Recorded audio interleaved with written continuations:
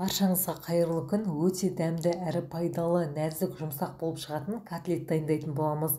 Бұл котлетті созылмалы холецистит, өттас ауруы, бауыр циррозы, созылмалы жедел гепатит, токсикоз, асқазан мен ішек аурулары өт қабын алдырғаннан кейін жесеңіздер болады. Ол үшін бізге кәді, пияз және жұмыртқаның сары уызы, майсыз фарш қажет болады.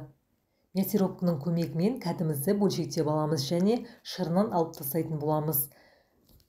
Кәдімнің құрамында пайдалы талшықтар, микроэлементтер көп мөлшерде кездеседі.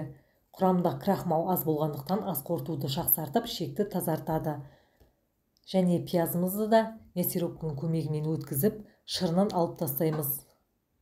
Біздің котлетіміздің формасы дұрыс шықпай қалады, егер шырын алып тастамасақ.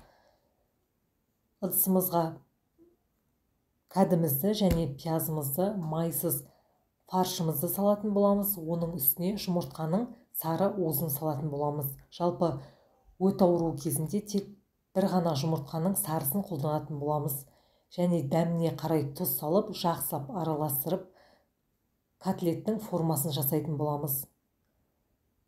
Қызып тұрған майда котлетімізді 10 минут қуырып алатын боламыз.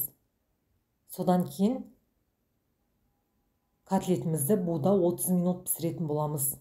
Біздің котлеттеріміз дайын болды. Өте жұмсақ әрі дәмді, нәзік болып шығады. Міндетті түрде жасап көріңіздер. Сіздерге ас болсын. Келесі кездескенше сау болыңыздар.